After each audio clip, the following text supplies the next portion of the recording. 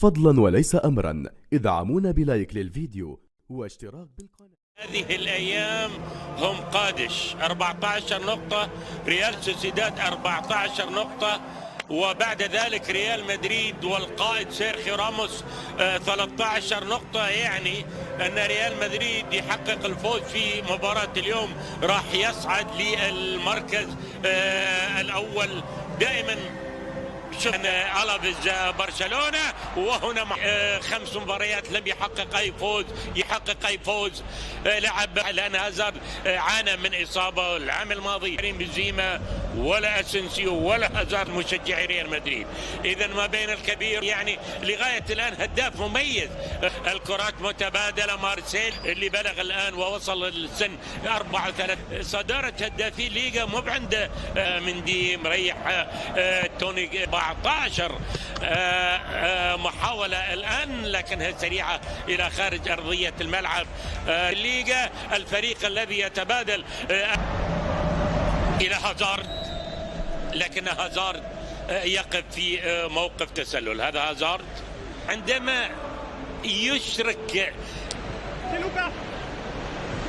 رقم لا زال في البداية والموسم طويل وشاق ومضني لهؤلاء اللاعبين، وبالتالي عندما اللاعب المتقدم للاعب مدافع هو بالضبط الآن مرة أخرى إلى موسكيرا. الباص الطويل تبدو خطيرة لمصلحة الريال، لكن يحاول أنه يمرر ومرة أخرى يتمنى أن يحتفل ب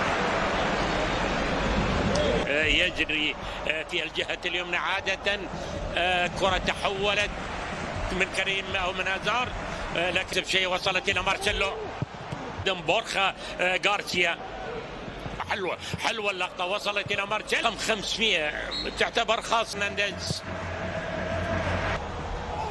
كان هو تحت ضغط في سقوط على أرضية الملعب. حكم المباراة تبدو جميلة، تحولت راح يصل إذا فاز على حدة، لكن كرة في غاية الخطورة تنحات في الجول، لكن في الأخير في راية ونظر في سجل ريال مدريد. احنا مع بداية هذه الرأسية تنذر ربما بأن في شيء قادم. يلعب يعني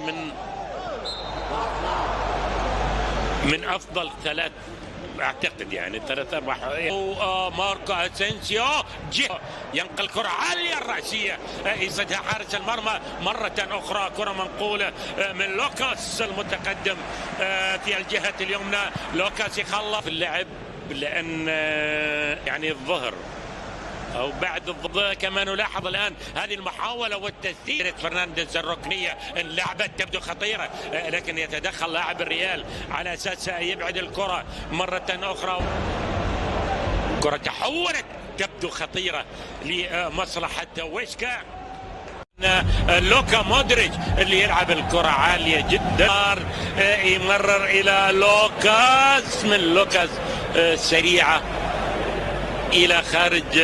تحرص عليه الإدارة، يحرص عليه المدرب، لأن هذا يجب أن تأخذ بأيديهم، ما يجب أن أنت تطلب. وريال مدريد لغاية الدقيقة 33 لأرسنال. وصلت الكرة أمام المرمى في سقوط قليلة، لم تهبط إلى الدرجة الثانية في أسبانيا على الفريق الثاني، لكن الفريق الأول لعب مباراة واحدة. كرة لعبت هازارد لغاية الآن ما ترك، لكن ممكن هنا التسديدة. الله،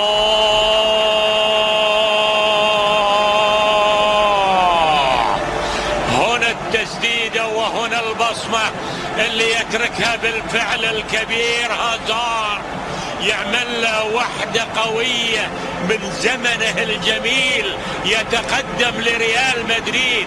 هذا هو هازارد الاعتيادي، يتقدم ويسدد لك كرة قوية لا تصد ولا ترد.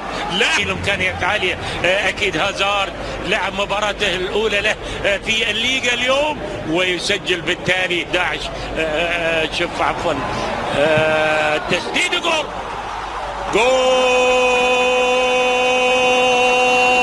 ثاني للريال.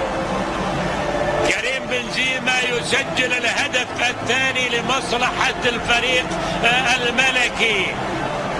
بعد جاب لك اللقطة على فينيسيوس جونيور. لكن لاحظ ما الذي حدث امامنا، ان لوكاس لعب الكرة، استقبال جميل وتسديد. في عالم كرة القدم ويعتمد دائما الكرة، ما في شيء صراحة. الكرة مرة اخرى ما بين لاعب ويسك، خسارة على ارضه وتعادل. وهنا هذا من دي، لا والله اللي يخرج لوكاس فاسكيز تمر وتعود الى كريم بنزيما يحولها. الله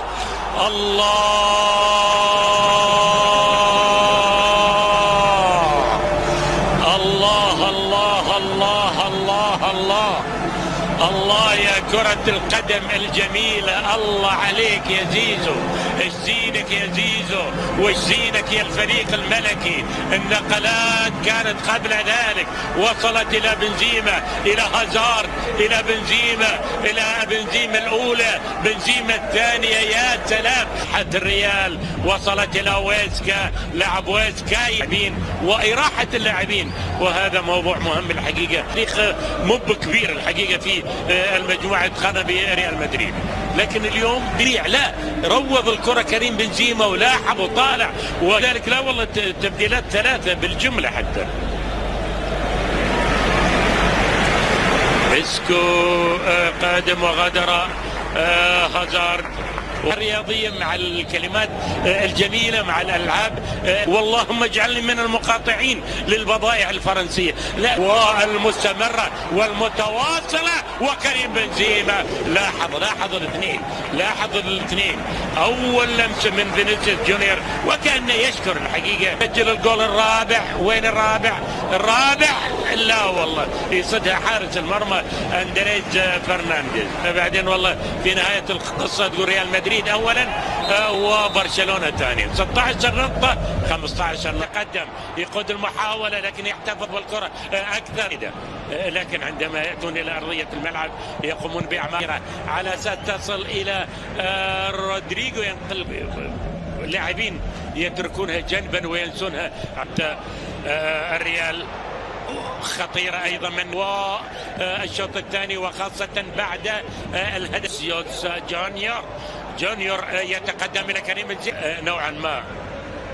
ريال مدريد بالتسهيل، ولكن في الأخير سجل، وفي الأخير يتلقى هدف وبالتالي ويسكا يسجل الهدف الأول بكرات جميلة الحقيقة. التقدم كان في الجهة اليسرى، واللاعب البديل فريرو لاحظ هو في المقدمة، باقي اللاعبين متراجعين. يوم ما كان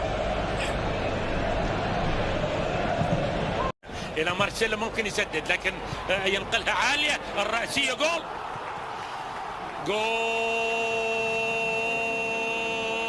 رابع للريال، والجول الثالث في الليغا لكريم بنزيما، وكرات جميلة متبادلة.